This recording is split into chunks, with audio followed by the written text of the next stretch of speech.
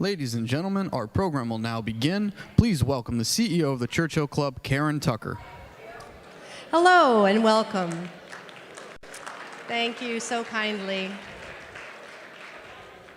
Appreciate you coming out for our program tonight called The Trust Paradox, the Future of Privacy and Transparency in the Digital Economy. With us to weigh in are Chris Kelly. Chris is a longtime policy and privacy strategist, and also the former chief privacy officer at Facebook. We also have Jen King.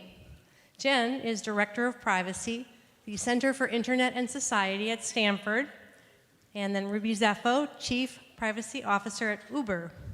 And here to guide them in conversation is Paul Roehrig, head of strategy from Cognizant Digital Business. We want to extend our special thanks to Cognizant for their help with this program, especially Kathy Abrena, Corey Olfert, Feather Hickox, and Paul Roehrig. As always, it takes a group of knowledgeable people to put these programs together for you, and we appreciate it very much. Thank you.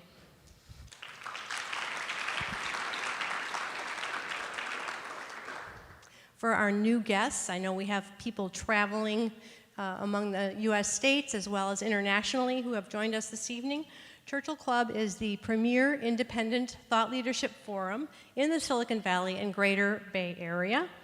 Our nonprofit mission is to strengthen innovation, economic growth, and societal benefit. In our conversations, we look for opportunities to strengthen those things.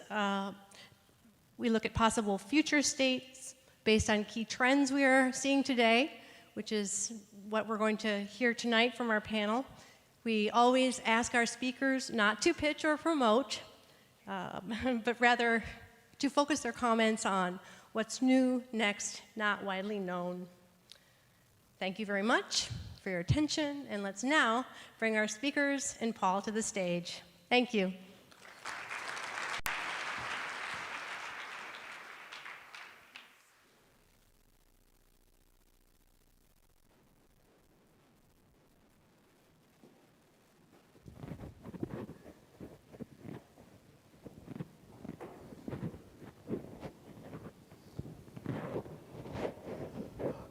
Welcome.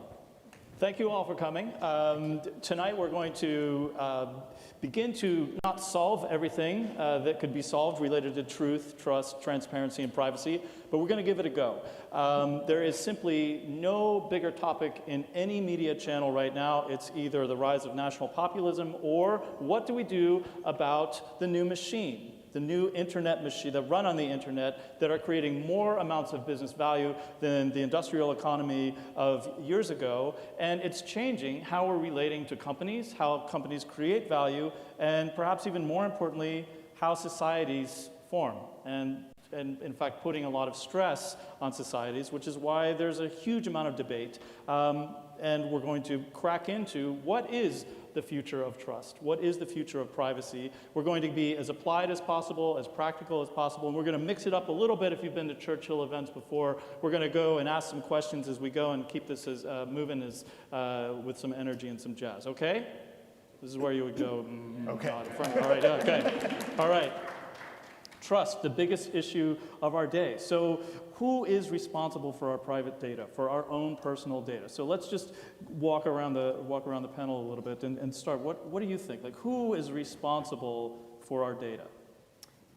We're responsible for our data. So first of all, anyone who thinks privacy is dead, I will argue, if you will let me later on, that it's not. And if you're divesting, if you're throwing up your hands and privacy is dead, I'm not doing anything, shame on you. But also the people who want to use it. I'm responsible as a data steward for the data that I use. Right, okay. What do you think? So I think we're at the point where, for individuals, the idea of being able to manage your data is kind of flown the coop. It's really challenging. So while we are responsible, I think we need to look at it more broadly than as an individual issue and start looking at it more as a societal issue and its effects on society. Okay, individuals, society, what about companies? Chris, what do you think? Well, so it's definitely individuals, societies, and companies. I mean, we've had a massive change in the background facts of the way that people think about the world. And so when you actually hold a supercomputer in your pocket that is a surveillance device inherently for what you would choose to take a picture of, a video of, a recording of, et cetera, you know that everybody around you has them. You know that you may be captured in them, especially in public spaces, but also potentially in what are normally private spaces. So there's a sense of individual responsibility that has to be discussed here. But we also have to talk about both the corporate and societal side of this, where we're engaged in a massive change about the way that people assume how something that they do will be recorded over time and what its availability will be, and how that plays in. There are people who've always abused that in a trust environment, lying about the things that they had said or did, and now if you've got a recording of that could actually enhance trust over time as a process. But you also have a situation where if you're supposed to be having an off-the-record conversation to set something up as a plan for the way that things are going to be set up in a political conversation, in a corporate conversation, et cetera, the presumption that used to apply there that this other person or somebody else couldn't discover that's changing, and everyone needs to sort of address that and say that the massive transparency era is here as well. And there are good things about that, and there are bad things about that. And we need to talk a lot more openly about that and the architecture that we want to build. Okay, but let's drill into this a little bit. So what I'm hearing is privacy is everybody's responsibility, right? But what I'm also hearing is that we're renegotiating what it means to be private. And this is nothing new. Humans have done this throughout the history of human society, but now we have machines that are amplifying, like you said, every conversation that might have been private, every picture that might have been private, every bit of geographic data that might have been private in the past. Now, it doesn't always have to be private. We're renegotiating what privacy and trust actually means. So how do we do that? So Ruby, from your perspective, what does that renegotiation mean? Do we need to discard our old concept of privacy, or should we try to protect it and recode our machines to reflect maybe antiquated or maybe not antiquated ideas of what privacy should be? Well, you already said it. First of all, I don't know that we ever all agreed on what privacy is. It's not an on-off switch. It's not black and white. It's extremely personal. It's extremely cultural. It's based on my experiences, my habits, my preferences. So I may want to post a picture on my Facebook page, which, by the way, I go in and I check my privacy settings all the time. I don't like it when someone tags me in their own photo. So I don't consider that a paradox. I consider that a contextual decision that may seem inconsistent to somebody else, but it's not inconsistent to me. So I think the first order of business is understanding that trying to solve this in some easy way that everyone is going to be happy with everything we do isn't going to happen. So going back to your point about transparency, I think the real problem with trust is that people don't understand what's going on, and why should they, right? I mean, it's like a real estate document. You're never going to read every privacy. I mean, all you care about is the outcome, right? I want the inputs and the outputs. I want a house that I like, and I want an interest rate I like. And all that sausage making, I don't want to know what it is, and it's too difficult, and I'm too bored. So I don't expect people to understand it all. I think expecting complete transparency in the sausage making is asking too much. But asking what goes into the process and making sure it's fair on the back end is certainly something we can all do. Okay, so that sounds to me like, I heard a couple things, so correct me if I'm wrong. So there's an individual agency that we all have to exert. And we can opt out of that, or we can not, we can participate. But it also sounds like there is a responsibility of the companies that broker our content to do more, to do a better job. Jen, what do you think about that? Is it the responsibility of those companies to help broker in a better understanding and maybe even make it more invisible, transparent, elegant for us to use? Yeah, so trust is part of the social compact. And so I think if anybody has read Shoshana Zuboff's new book on surveillance capitalism, which is probably the the hot book in the privacy community right now. I think she lays that out very well, assuming you can get through all 700 pages. But it's good. Where she really highlights the fact that, from her perspective as a business school professor, that companies have really kind of broken the social compact, and that you can't pretend that we exist in a world where companies don't have some level of social responsibility to us as individuals. So yeah, I mean, I think at this point, it's really important that we really think through, to the extent, how are we communicating issues of privacy to people? Is transparency the right way to do it? Is it, I mean, one of my areas that I focus a lot on is trying to rethink notice and consent. Like, how do we get around those giant privacy policies and rethink what is an actual way that we could give people enough knowledge about whatever decision they're making at the time that gives them enough to really make a substantive decision, but without kind of overblowing and giving them this full legal document. I mean, I think we're at the point, especially as we start looking at new technologies, whether it's Internet of Things, whether it's AI, voice interfaces, where we're going to be interacting with new technologies in ways that we haven't before, that we really need, it's time to really rethink how we communicate these issues to people in a way that is actually user-centric. I would say the biggest flaw with notice and consent today, it is absolutely in no way user-centric.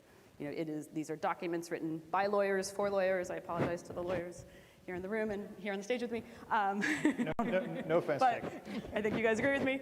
Do you mean that? I'm sure anybody who's written a privacy policy is like, I don't ever want to do that again either. But yeah, I mean, it's time to really think about how we do this. And I think one of the other bigger issues attached to this too is that, very much the way this whole framework works is it's take it or leave it. You have no substantive choice. Your choice is take it or don't use the service. And in many cases today, we are moving towards a world where you don't have the option to not use the service.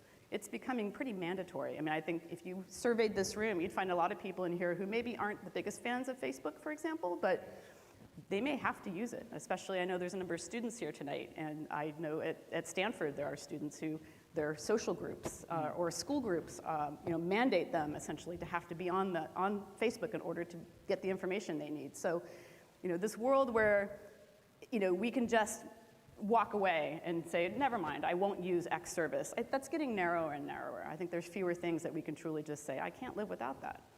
So there's no opting out. But you brought up an interesting point around the surveillance capitalism notion. So right now, much of the digital economy runs, you could almost even call it the advertising economy. But there are other commercial models. And so, Chris, what do you think about the advertising economy versus the subscription economy for technology services versus a hybrid, or maybe even something else? How will we keep our economy running where we have new covenants related to security, privacy, and trust? I mean, I think you're going to, first of all, I always like to start from the idea that the defaults are being flipped by the rise of the internet, the rise of a supercomputer in everybody's hand that talks to supercomputers in the cloud.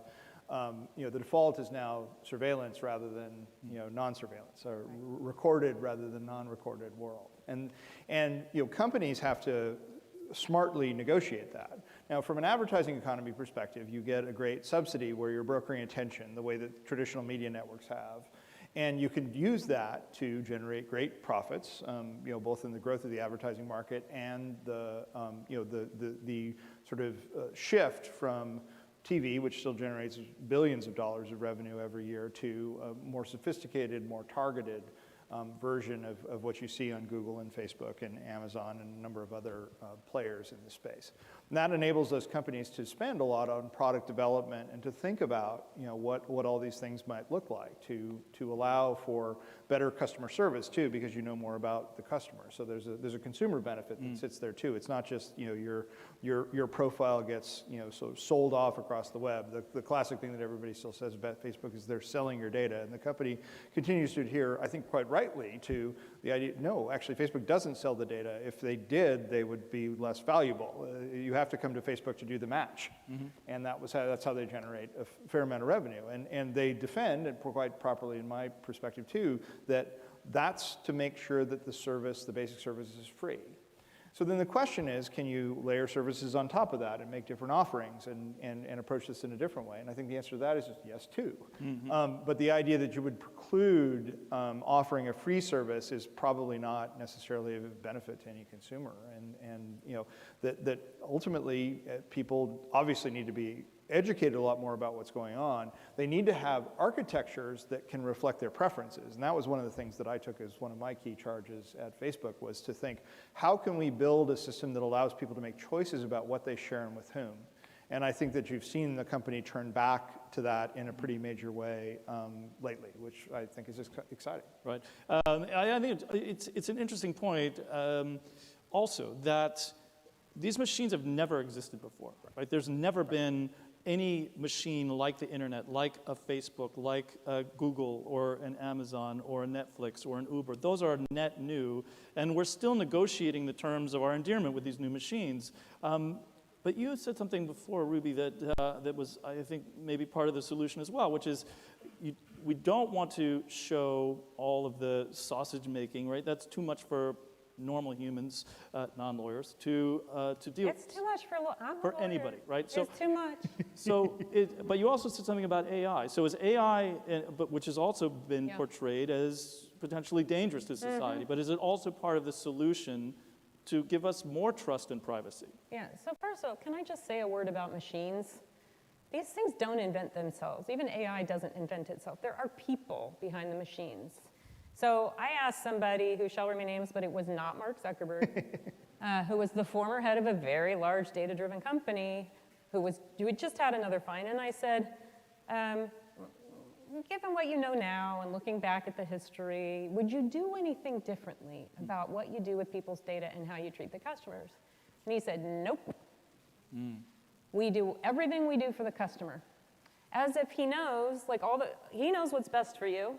You're all the same, and I'm going to tell you what you want. Now, I feel like if the same company were owned by Oprah or Jimmy Carter, we'd all be rushing to buy this stuff off the shelf, right? Because they're trusted people. And that's why you see Tim Cook out there now latching onto that concept and saying, I think privacy is a fundamental human right. I am building my products around that concept. If you want a phone that respects your privacy, come get one from Apple, right? So I want to bring this back to the fact that humans are full of bias. It's humans behind these machines, and if we want to fix it, we have to fix humans, and I'm not sure how to do that. But is that correct, right? So saying that we have to fix humans seems like kind of a hard threshold to pass. Yes, it is. Right? So let's assume that human nature may not evolve as quickly as our AI systems. But is AI part of the solution? Jen, is AI part of creating more trust and privacy, or is it just, are we headed in the wrong direction? We need to actually unplug and go back to churning our own butter. Hell no. Hell no. I don't know how to churn butter. So Never gonna churn butter. hopefully, Work on that. I like my dishwasher and my washer and dryer, although I don't want them to be smart. So I tend to think of it as this. So I would say, actually, I don't think humans are defective. We're doing what we've always done. And I think this is also one of the things that gets miscalculated maybe when we think about privacy, is if our natural state is to not disclose. Disclosing is what humans do. I mean, we all disclose to each other in many contexts all the time, whether it's the clothes we wear and our hair. And, I mean, this is all signaling that we do as human creatures. And so, technology is a layer that we're building on top of human society, and it doesn't have to determine what we do. I mean, it can bend to us. So I would actually say the humans don't need fixing. The tech companies need fixing to some extent. Part of where I feel optimistic about that, honestly, is with diversity and inclusion, because I really think that we are seeing the results of an industry that has been built by a very narrow segment of society, and that as we open up tech companies to represent a much more diverse set of people and opinions, we may really see some change in how people think about these issues. But is AI the solution? No. My instant reaction is no. I think I am, optimistic that there's so much focus on AI right now, from the point of view that the actors involved seem to really understand that it's a high-stakes venture and that they can't screw it up. And what I hope comes out of that is a better way of thinking about transparency, because I think that's one of the most crucial issues out the gate with AI, is really the fact that we need to understand how these algorithms work and how they arrive at the decisions they make. And I think right now we see that very critically in the criminal justice system and in areas where we're seeing algorithms come in and try to make decisions about sentencing, for example. And right now you're seeing that play out in the point of view of like trade secrets and companies not wanting to reveal their hands to how they make these things, and yet we don't know why person A is being sentenced versus person B, other than the biggest thing we know is that it's making predictions based on the data we have, and what we know about the criminal justice system is that it's inherently racist. And so you have a system that is capturing those inputs and creating outputs that basically keep perpetuating the system we have without us being able to look at that and say, why is it doing that? So I guess I'm optimistic that the players here really do understand that it's a high stakes question and that it's not something they can just bumble along the way I feel like we've bumbled along a lot of the internet so far. So, speaking of high stakes investment, Chris, I mean, this is your world is about investments. And Jen, you also raised a great point about inclusion and diversity as a potential partial antidote to an erosion of trust and privacy. You're funding companies. Is that what you're seeing? Is this part of the antidote to improve?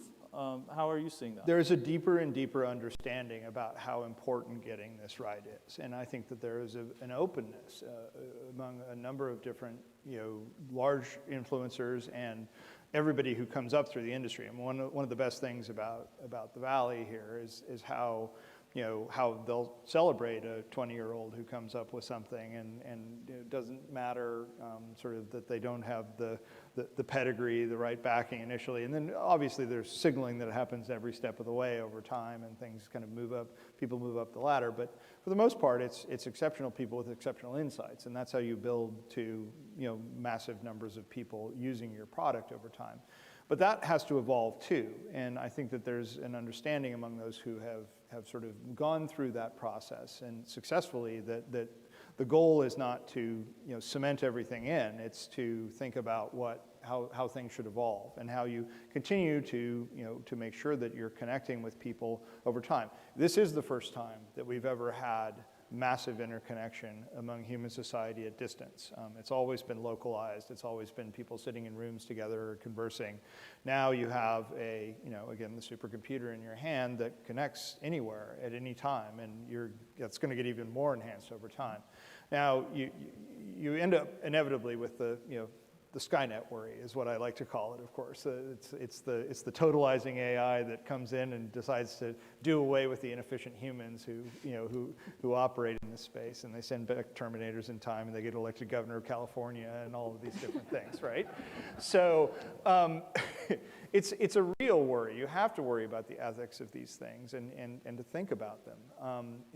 But the idea that all of these things inherently sort of run towards the bad is just, it's all in our control at the end of the day, that there are choices that we can make, and the transparent debate about that is a very healthy part of figuring out how to do this right. Well, I will be afraid of Terminators when the electric door on my minivan works consistently. I think that we're just not there yet. Minivan. Any van, right? So I got 2 kids, and I drive them around. So Look at you go. huh? So what just happened? Are there any questions? So this is good. I could keep going, but I'm sure that there are some burning questions in the audience. Yes, ma'am, you in the back there would be great. Oh. We should have a robot do that. Hey, I'm Lisa. Thank you guys for sharing your thoughts with us tonight. I think one of the things that I'd love to understand is for folks who have made decisions about user privacy, how do you go through that process? So maybe to make it a sort of real example, like if you are looking to collect a particular piece of data that you don't already collect, how do you think about that, and how has that changed in the last few years? Yeah, so I can tell you what I've done. First of all, I'm always looking for a principal basis for the collection, which is going to be how's it going to impact the user experience. And I find that now, with all the differences in laws and the lack of harmonization, that to at least be a relatively consistent basis. If you take your Uber from California, you drink too much, you decide to go all the way to Vegas, I don't want what happens in Vegas not to stay in Vegas. You should have the same experience over state lines. So I'm not trying to specialize my products for any particular nuance of the law. I mean, I want to be compliant, but I want to do more. I want that to be the low bar. So my first question is, how is this going to impact the user experience? And a specific example is, we thought it would be a great idea to give users the option to have their contacts and calendar imported into the app. Guess what? People know Likey. So we took it back out. That's how you do it. By the way, people tell us all the time what they like and don't like about it. Go check your Twitter feed, so it's not hard for us to figure out. So that's very interesting. So it's a test, react, test, pivot, test, pivot. Sometimes, because we think we know, right? I mean, we do focus groups. We have data scientists, right? We're trying to make it nicer for you and easier for you and more convenient for you. But that doesn't mean that the majority of the people are actually going to like the way that's instantiated. And so if it's not essential to the service, I mean, there are certain elements, we can't pick you up if you don't tell us where you are.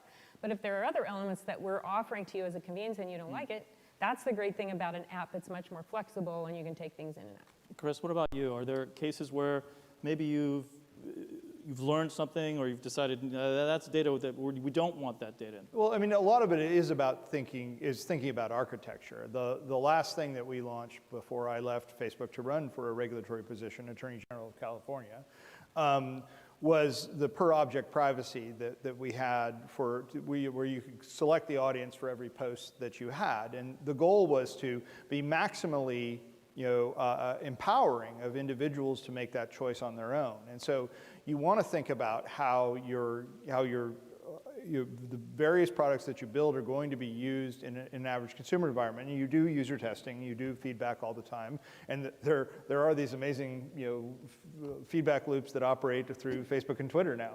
One of the best things that we found when we launched Newsfeed while I was there was that the protest groups it was students against Facebook Newsfeed, because it was still a college-only product when I joined. And so Students Against Facebook Newsfeed grew to 1 million users as a group because it was promoted in the newsfeed. I mean, it ended up being this amazing feedback loop, and you have to pay attention to the way that your product is used to deliver feedback too. And then sometimes, as in the case with Newsfeed, we sort of said, look, everybody try it for a while, and let's see what happens. And now, feeds are the predominant way that people experience these things on their phones. Great. I saw some other hands. Sir, yes. Where's the?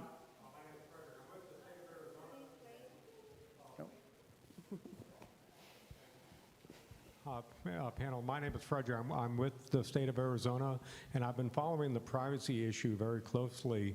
The California Governor Newsom had proposed a data dividend. And I'm just wondering, what's your reaction? Is that the type of industry collaboration? Is that the right approach to get industry to buy into this? Or is that some that have told me feel that's an added California tax in a way? And just like to get your reaction.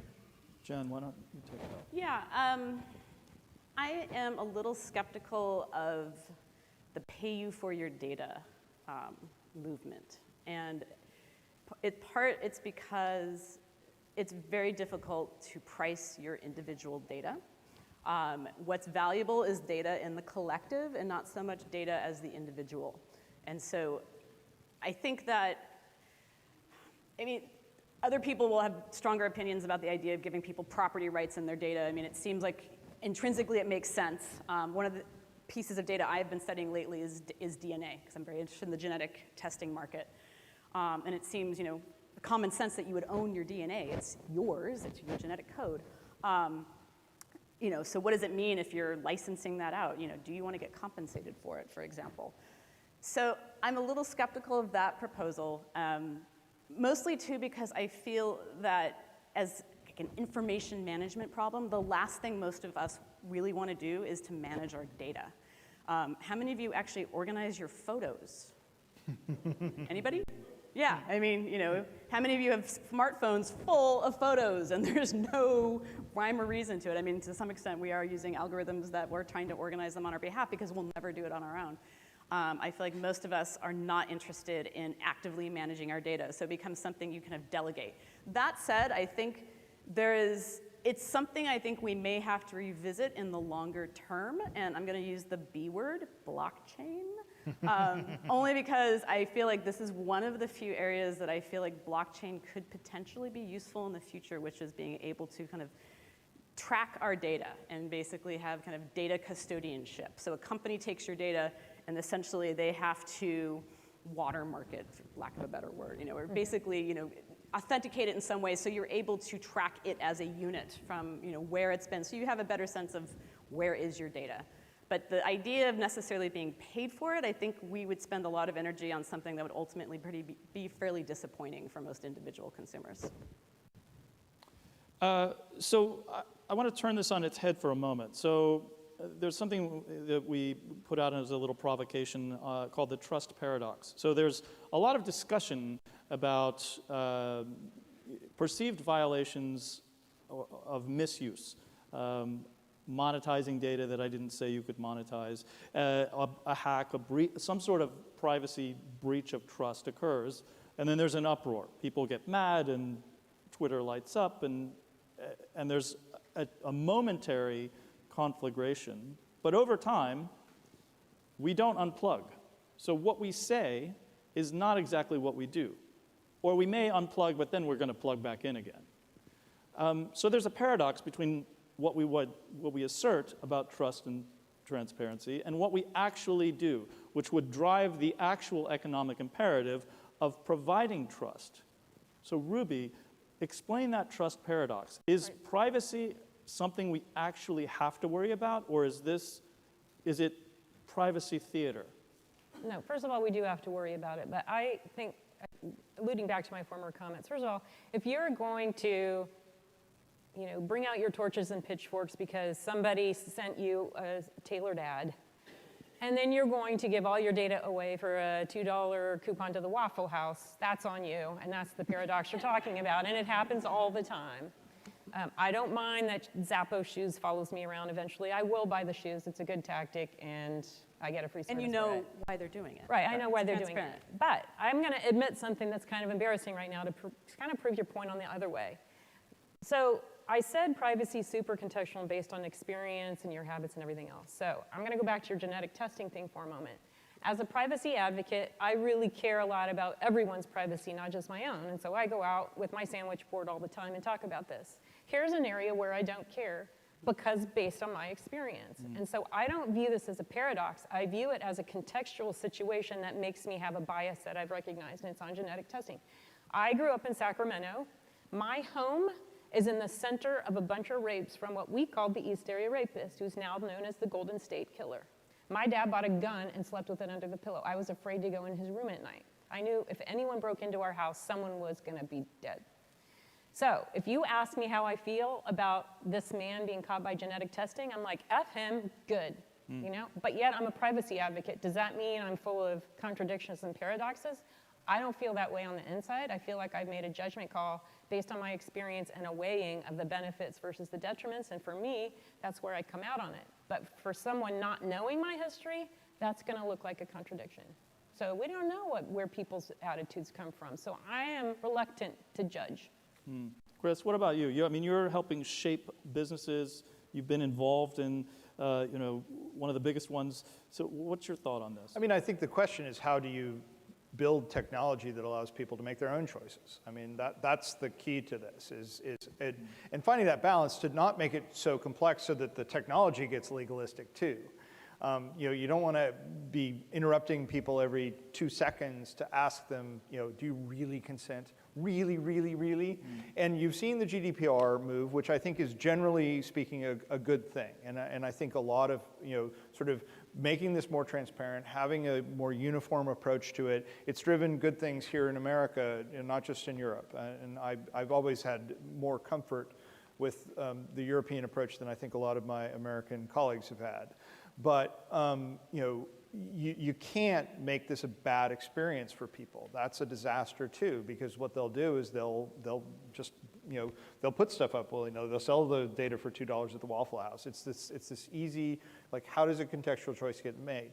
The you need to think about, like, what sort of world do we want to build, where people have choice about what they share, and then how do you reflect that effectively in code and experience? And I do think that one of the reasons that Facebook has succeeded is that they're actually very good at that. And so this is the interesting thing where a lot of people are like, Facebook's the biggest invader of privacy. Facebook is the tip of the spear on a massive change in the world. And one of the reasons that they've risen to the fore is that they got the identity layer right, and sort of adhering what you do online to your individual identity in a way that no one had done effectively before. And they haven't done it perfectly, and I think they would definitely admit that. And there are fake accounts and things like that, but they were one of the first services to rightfully be aggressive against fake accounts and to say, no, we're actually going to tie this to your individual identity so that you have to take responsibility for your comments and your actions. And now they've gotten more and more, they're trying to do a very difficult, hard set of choices right now where they don't turn into a massive censor that has its own aggressive political point of view, but that it also is very much in favor of creating a discourse community that allows people to communicate well. A couple of great points on that. You brought up GDPR. One thing, and I think it bears kind of keeping in mind, is this is really hard, right? Yeah, yes, we haven't invented these, and it's really hard. So, and I think you're absolutely right. I mean, some of the big platform companies take a lot of heat, but they're arguably the first, and I think they're doing, by and large, a good job of trying to react. But the issue of regulation and policy, I think, Jen, I'd be interested in what you have to say about the role of regulation, right? GDPR is one of them, but more and more regulation, industry regulation as well as legislation within different governing entities is coming up and saying, look, we don't like how this is going, we're going to impose rule. So what are your thoughts on regulation helping or hurting the move to better privacy and trust management? So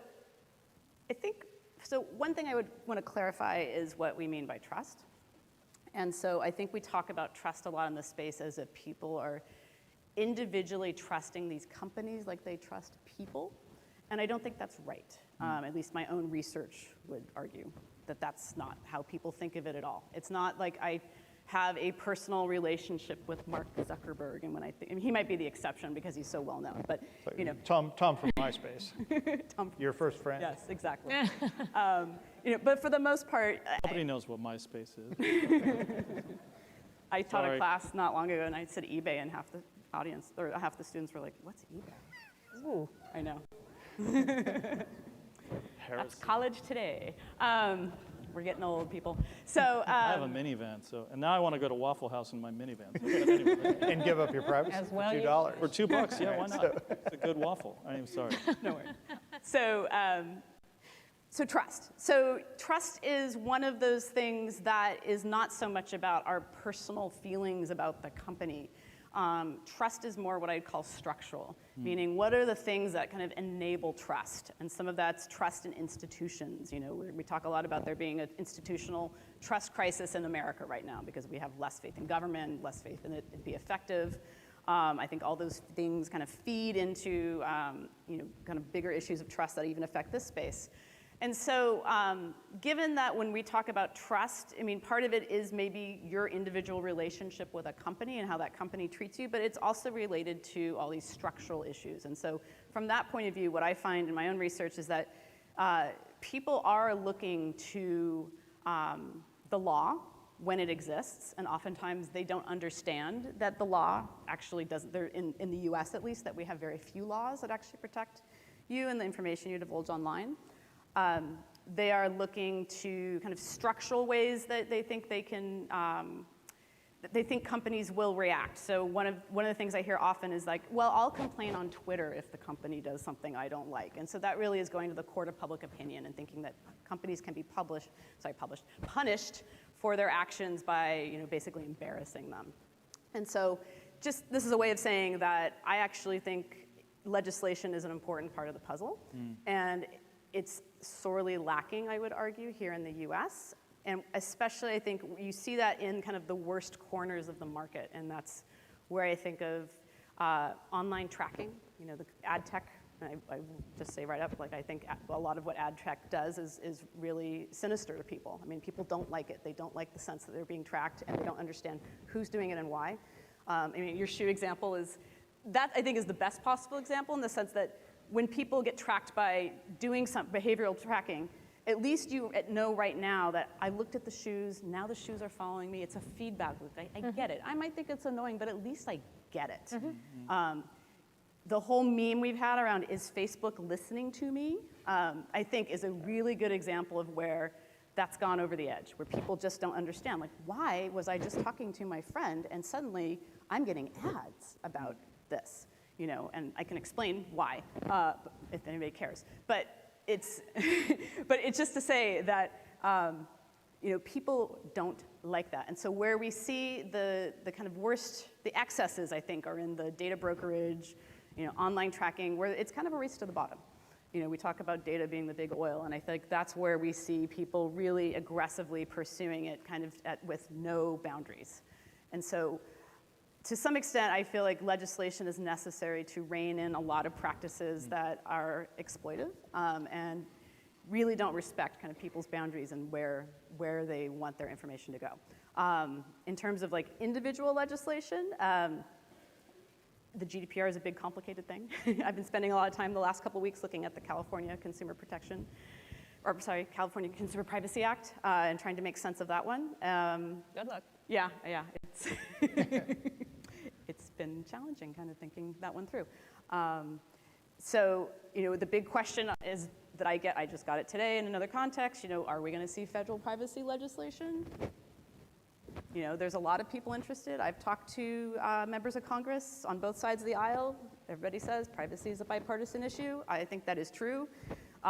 Whether we'll see something at the federal level before the 2020 election, I think that's the big question. I mean, and the thing is, even though we do see people on both sides of the aisle caring about this issue and wanting to do something about it, you know, I think we have a very dysfunctional Congress at this point that even with the best intentions, I don't know if we'll see something soon. Right.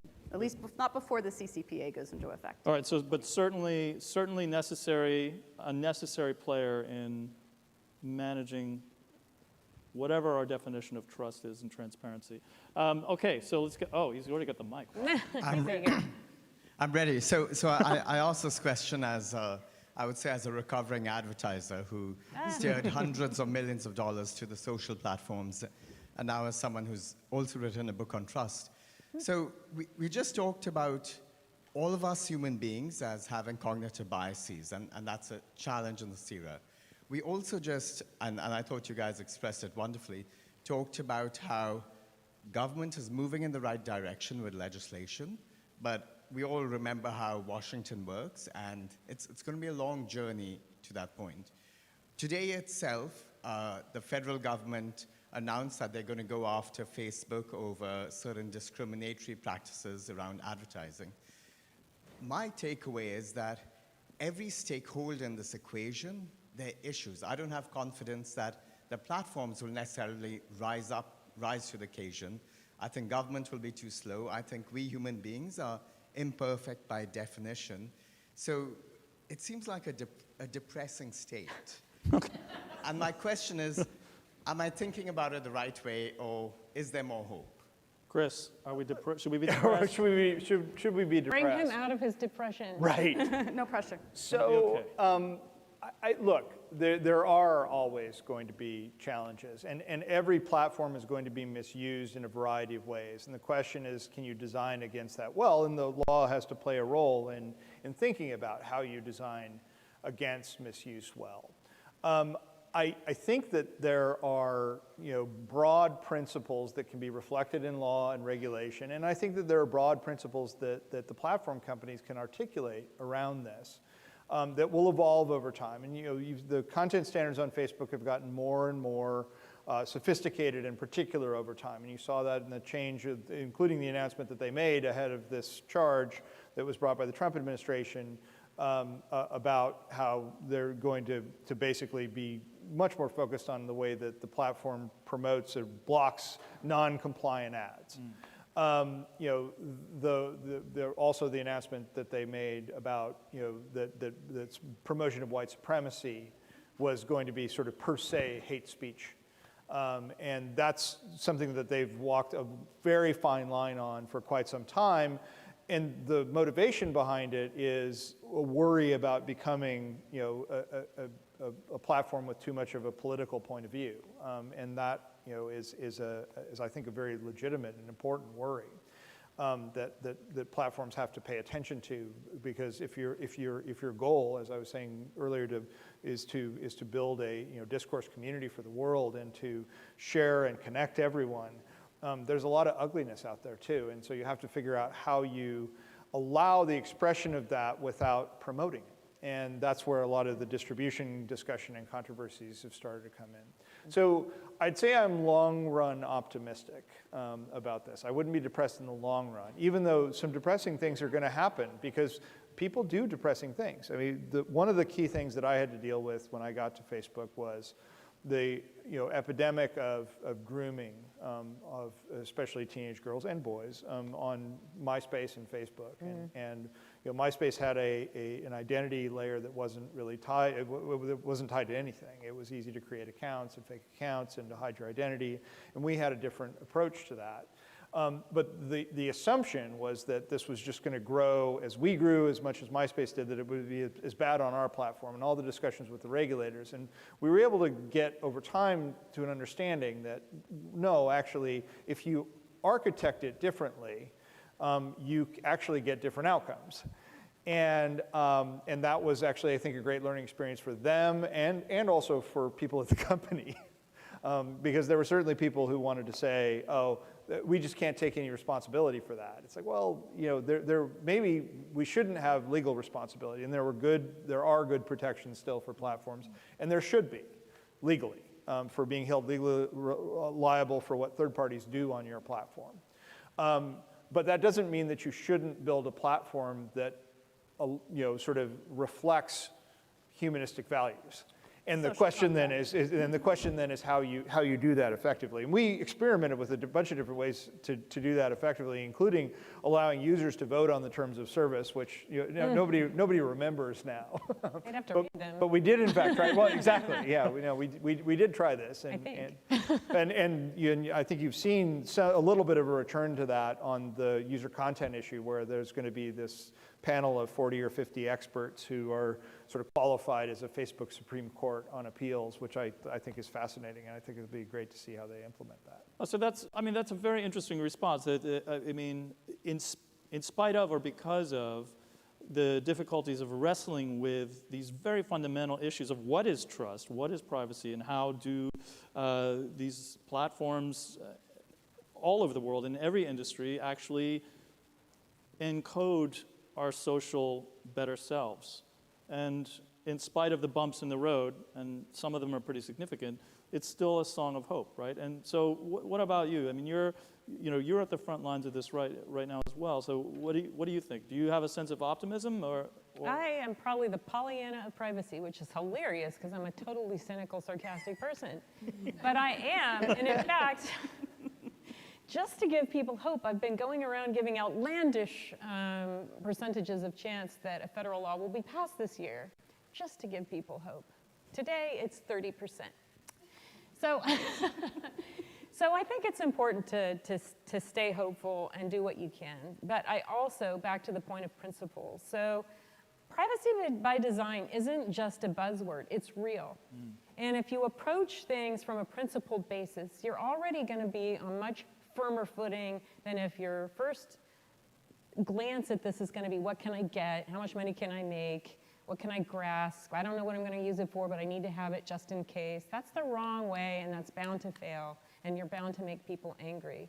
So approaching it from the first instance of a principled basis for the data, going through the privacy by design process, evaluating according to how you understand your customers and their needs is really a very, very important first step, and a legal first step in many countries now, and that's just going to keep proliferating. So if you've been putting this off, the time is over. It's here, and we have to keep doing those things.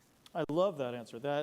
And it builds on what you were saying. And so principles and ethics as a foundation, and it's it's maybe even a better paradox, right? We've got the most powerful digital technology machines in the history of humanity, and yet the answer to our problems might be 2,300 years old, written in Aristotle. And I mean, is that how you see the world as well? Yeah, it's funny. I think it's a good time to be a philosophy PhD if you've studied like philosophy and technology, because there are many companies that want you right now to opine on their AI systems and help them guide them in terms of ethics. And actually, what Chris just mentioned too, I think kind of points to a bigger question, which is he was talking about the Facebook Supreme Court, which is a real thing if anybody has heard of it. It's very real. But I think it points to like a missing layer we have right now in society of whether it's the technical expertise plus the kind of public orientation that, I mean, I don't know how many of you watched the Zuckerberg hearings on Capitol Hill, and many people were just disgusted at the lack of technical knowledge by Congress. And yet, I don't think that's necessarily Congress's fault, in the sense that, if you represent a district or a state where technology is not, primary part of your economy, why would you have that expertise, either you personally or on your staff? I would have a much higher standard for our California senators and representatives. That said, right now, the White House Office of Technology Policy, I think, is horribly understaffed. We killed the Office of Technology Assessment back in 1992 or 94. That was Newt Gingrich's doing. So we've lacked, federal level leadership in terms of trying to, give us answers about how we think about technology from a societal level. That's not partisan, and that's, has the public interest attached to it. So I know that in my academic world, we're seeing a lot of interest right now in trying to build people who have the hybrid experience. I was more of a unicorn coming out of my education, but we're trying to build more unicorns and people who have the background in technology and public policy and computer science, because we see, we really need those people, and we need those skills, and we need to have people who aren't just coding machines. So there's an effort across the U.S. on many different campuses, a consortium really, to try to train those people for the future. But I'd also say we as a both at the state level in California and as a federal government really need to wake up and say we need like a public office of technology that really looks at these issues and cultivates these people and allows us to build those judgments. Because again, I don't think it should be up to an individual congressional committee or an individual congressional staff to have that expertise. I think we need to have that at the public sector overall. I love that, the education for the hybrid experience. So there's another question over here. What I wanted to bring up, Jen, basically we in this room, and especially in Silicon Valley, we can all say that, people who know the technology, privacy becomes a personal responsibility, and it's easy to maybe carry it. Even in Silicon Valley, a lot of times I go to a friend's house and they immediately, because now they know, oh, help me to set my Facebook privacy, change it, and make it a little bit more secure. Or there are a lot of people who are even using Uber or some other applications. They have no idea how their data is being used. So for this area, still we have some issues. But in general, throughout the country and even the world, there are a lot of people using applications, and they have absolutely no clue on how their data is being used. And we talked about regulations and government stepping in, but overall, I think education is a very, very big deal that it's currently is being, not too much highlighted on. So how do you think it becomes sort of like a everyday and every person's agenda to really seek some form of education that's easy to use, user-friendly, and they can figure out how they can protect their data and their information. Because right now, I don't think there is an easy way for everyday man-type person in the middle of even the country to do such a thing. And I think a lot of companies who have these applications, they have to make it easier and not so peculiar. I mean, it's not that easy to set the privacies even on Facebook. So I'd like to hear your comments on the education and how we can expand on that to make it easier. Thank you. Why don't you take a I was shot going at to let Jen, she's the educator. it? Okay. Sort of.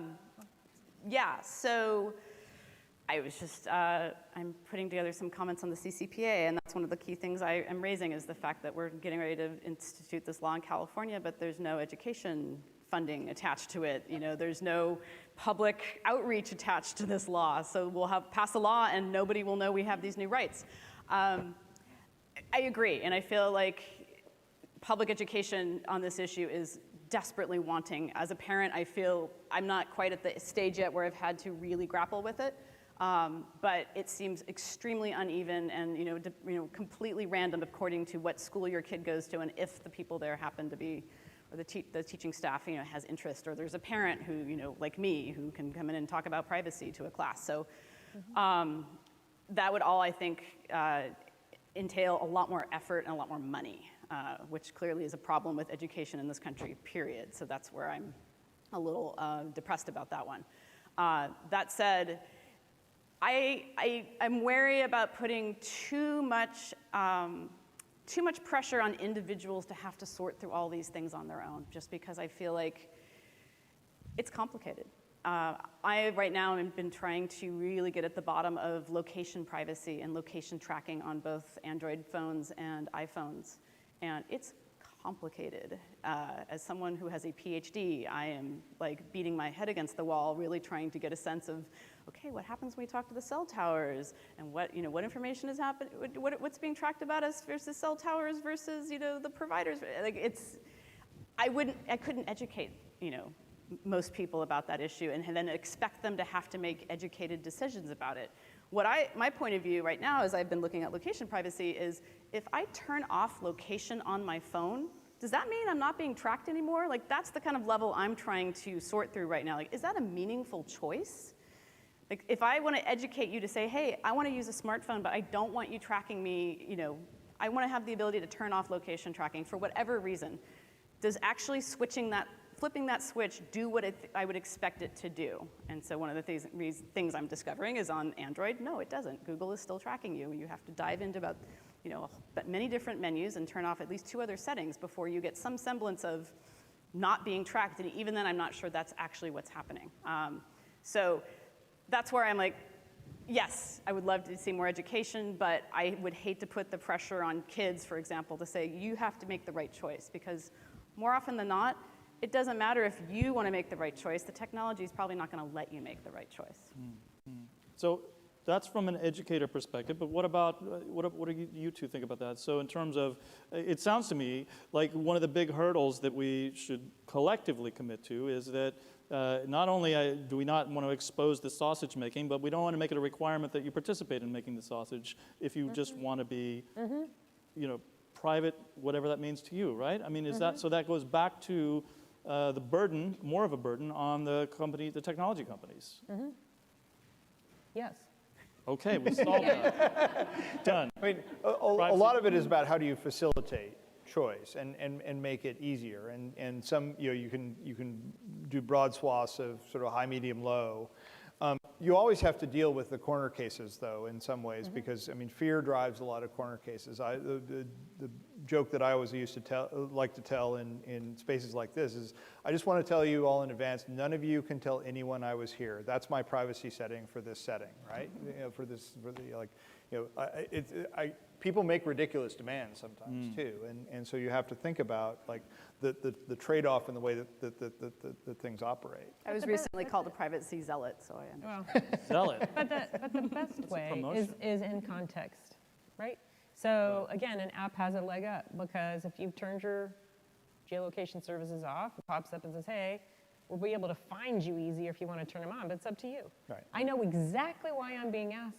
Right. I know what to do. It's easy. Exactly. That's the best way.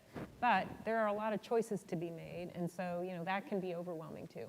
Got it. And there was yes, someone has the microphone over here. This is a great discussion, and Jan actually hit on one of the things I was thinking about, which is children. I have 3 children that are from college all the way to middle school, and just within that generation, it's just been phenomenal in terms of the different experiences that they had in elementary school, middle school, and high school in terms of technology.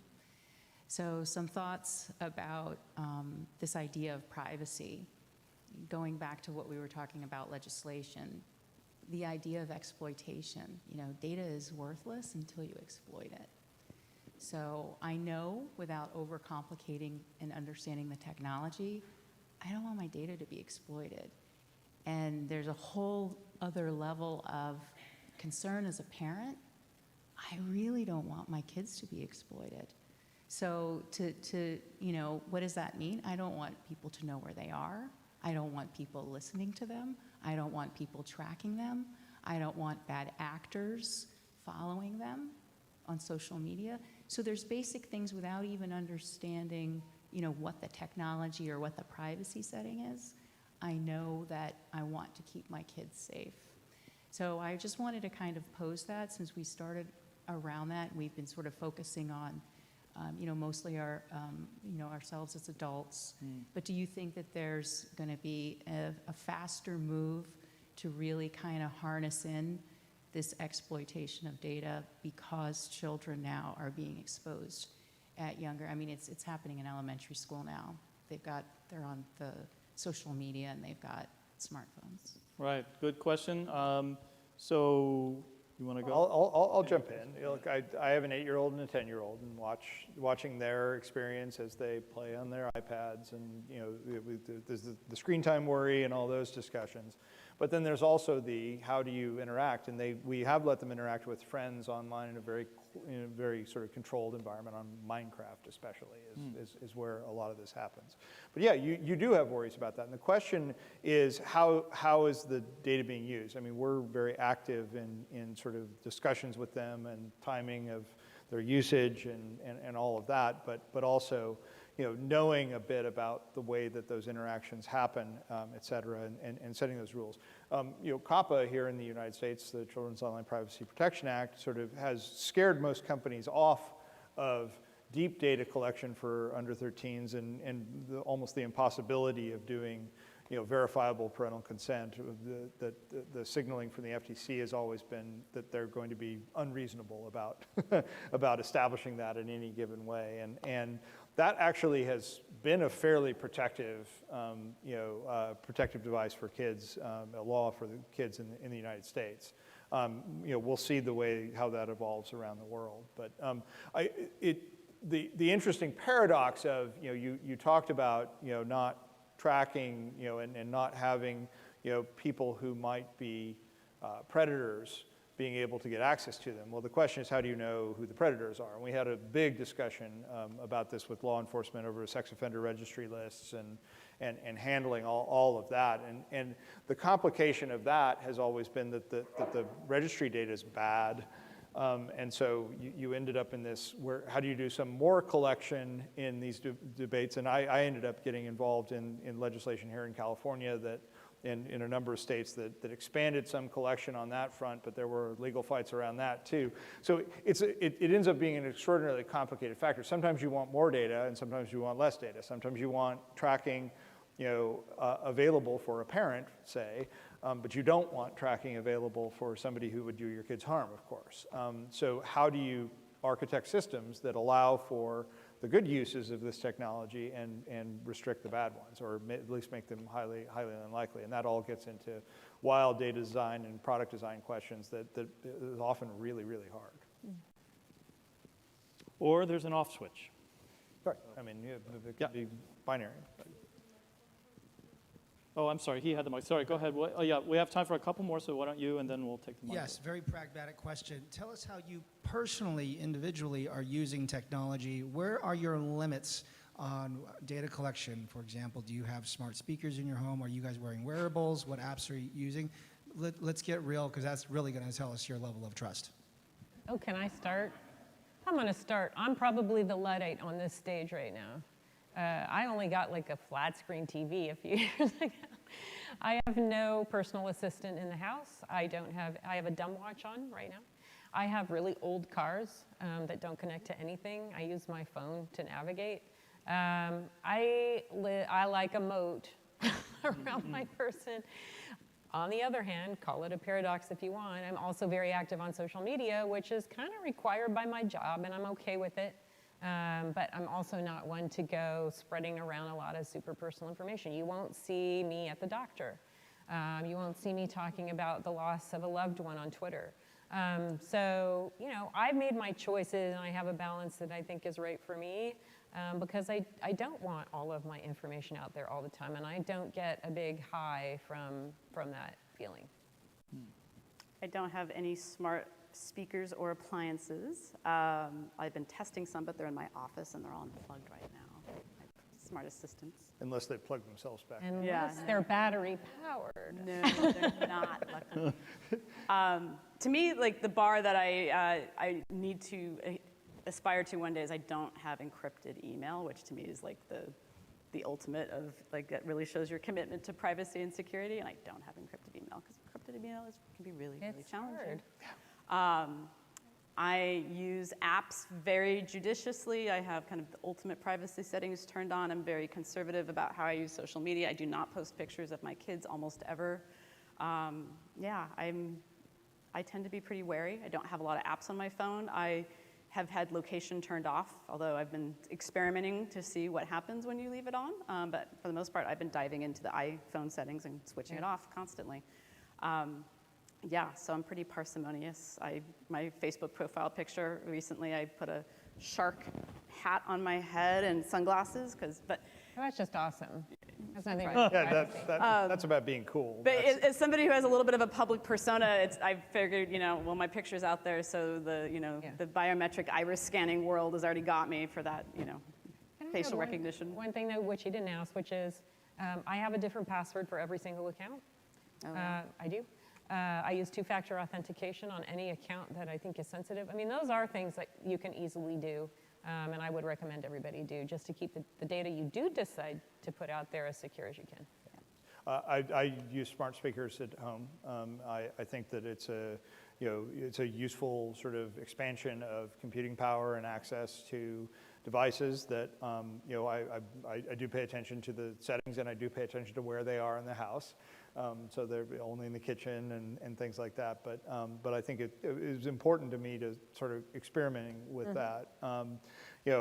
Very sort of data driven. I've got my smart Apple Watch. Only the version 2. I haven't upgraded to the 4 yet, and so I don't have full EKG or anything like that yet.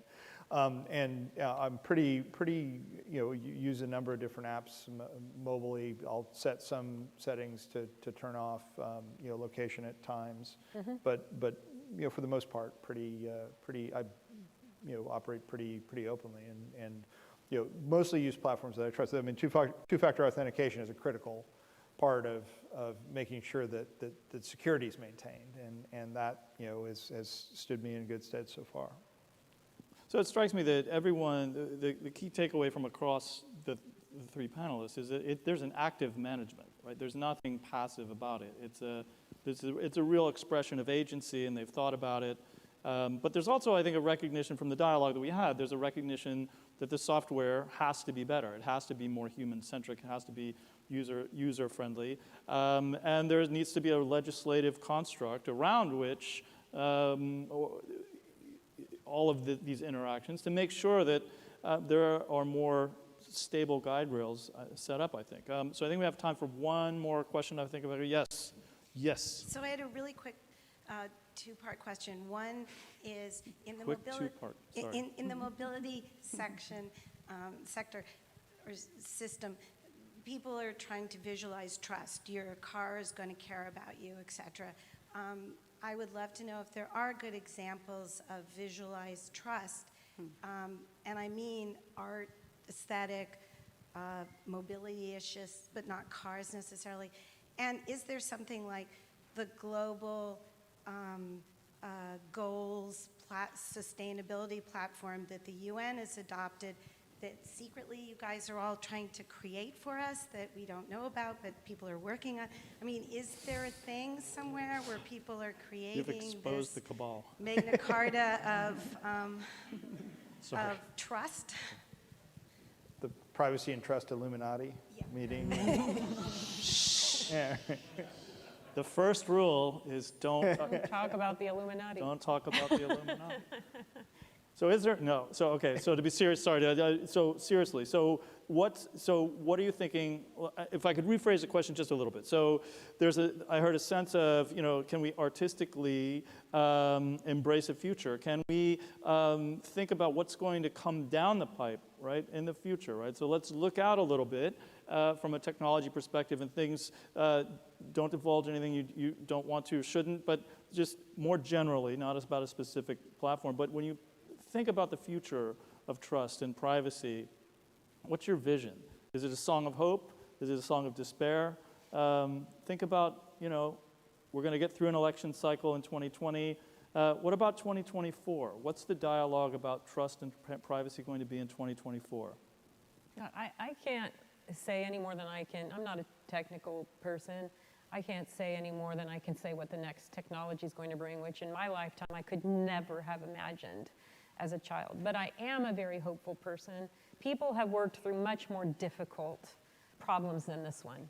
And what we need is people to care about it enough to do something differently. And I do think there are enough of us, there are enough Illuminati around. I know a lot of them who do care enough, who will lobby, who will march, who will do what we can at our own companies to change the narrative, change the way we think about data. So we just need more people like that to get people to care and change and shake it up in terms of when they're looking at these future technologies, because you really can't, you can't say how it's going to interact with people in advance. You don't even know. Right. What you have to do is say, I'm going to care how it does that. I'm going to care about people, and I'm going to put the customer first. I'm going to care. That's great. Okay, well, Jen, what do you think? Yeah, back to the social contract, I think, to some extent. So I think one of the things that gives me hope is that part of what I do is I talk to people. I do user research as part of my kind of research agenda. And people care. People care about privacy. They really do. I mean, there are always, yes, a handful of people who just don't care, but by and large, people do really care.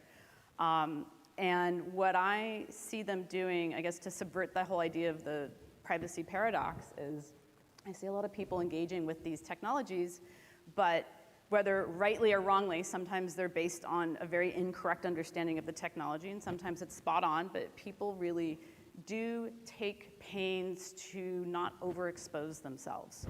A lot of people engage in different strategies, whether it's I only use Google if I'm not logged in and in a private browsing window, or whatever it might be. That's just like one example. Or I put in a bunch of fake search terms occasionally just to confuse the search engine, which may or may not work depending on how frequently you do it. Then you're going to get swatted because you're going to put the wrong thing in there. But so I guess what makes me optimistic is people do care, and I think, like Ruby said, I think that there is a growing frustration with the state of where things are, and a growing feeling of pushback that I'm angry and I'm not going to take it anymore. I'm mad as hell. Yeah. Mad as hell. I misquoted it. And I'm not going to take it anymore. That's because I'm older than you. Yeah, well, it's on Broadway again. Network's on Broadway again. So, in terms of are there people building kind of trust platforms? There's lots of different stuff I think going on in this space right now. Tim Berners-Lee, the father of the internet, is working on a project that I admittedly don't know a ton about, but that's focused on, I think, trying to rethink the architecture of the internet around personal data. And I would encourage you all to check that out if that's of interest. There's also some more rethinking about privacy law in terms of rethinking how we, making it a fiduciary duty. So there's a movement around thinking about changing privacy to be a fiduciary duty, meaning that you have a duty of care, much like a financial advisor, when you ask someone for data instead of this kind of anything goes environment. I'm actually somewhat optimistic about that, although I'm not a lawyer, so the lawyers may have different opinions about how effective they think that would be. So those are just a couple of things off the top of my head that I think are kind of churning in this space. Oh, I love that. So there's agency, there's technology, and Tim Berners-Lee is remarkably tight-lipped about what he's doing. So, but Chris, what are your thoughts on this? I mean, I think that people do care, and I think that the industry has figured that out. That some of my former colleagues got a little bit dismissive about that, at various times. And I think that that's changed pretty radically back at Facebook, and I think that it's changed pretty radically in other areas of the web too, and I think that that's mostly a really, really good thing. The danger that we have right now is that the backlash against technology companies turns into bad or ill-advised legislation. It sort of gets rushed through to make a statement, or that it gets politicized in the sense of just break up the big companies. And you can say whether it's Elizabeth Warren on the left or Trump on the right, that I actually think this is a problem in general, that targeting industries just because of perceived power isn't right either. You have to have a consumer welfare standard. You have to be thinking about customers first. And I think that, but the companies are increasingly realizing that this is a real moment where the power is being understood, and that's why they've turned into targets. So the discussion has to be had a lot more openly. I'm optimistic about where this ends up in the end. I mean, we do have a set of discussions and systems, and I'm very worried about, I don't know if everybody saw what happened with the European copyright legislation and how it's been moving through the European Parliament. It's really awful stuff, actually, in terms of the way that, that it will restrict speech online, and not very well thought out. There seems to be enough understanding of that it will get, something like that will get blocked anyplace else, but you have to wonder how these processes are going to work. I'm long run extraordinarily optimistic. Like, this is very powerful technology, empowering of individuals, allowing them to speak and connect with people around the world that they couldn't reach before, that they couldn't think about, even imagine. And so I think that the power of our imagination to think about how connections happen is increasing over time, and I think that we need that desperately today. Well, I couldn't be more optimistic leaving this panel, because I feel like if this kind of dialogue is what's happening, then we are in good hands. The future is bright. It is a song of hope. And there are going to be bumps in the road, but I think the three of you have presented such a remarkably rich tapestry of what the future will look like, what the solution will look like. And I just want to thank you so much for sharing time with us. Thank you to the panel. Thank you very much.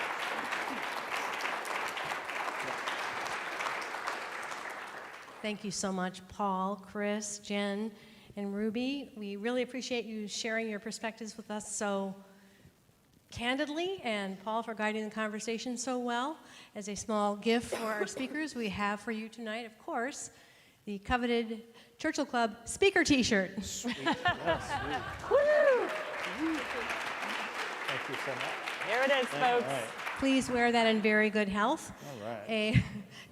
A recording of this program will be available on our YouTube channel, and I think possibly on the Cognizant website as well. So please keep an eye out for that. As for our next programs coming up for you, next week we will be announcing a program called the Talent Imperative. And then on May 16, we have our 21st annual Top 10 Tech Trends. Wow. Very exciting program. Wow. A couple other quick things. As a special gift for all of you in the room tonight, Cognizant has provided a wonderful book called What to Do When Machines Do Everything, co-authored by none other than Paul Roehrig. There's a copy for you outside in the foyer, so please pick one up on your way home. One other thing, did you know that we have a speaker coach in residence and an artist in residence at the Churchill Club? Pam Davis, raise your hand, please. She's a pioneer in AI art. And Dennis, would you raise your hand, please? I just wanted to point them out to you in case you'd like to speak with them before you go home tonight. You've been a wonderful audience. Thank you so much. See you next time. Good night. Thank you very much. That was awesome. This was great. It was awesome. Thanks so much.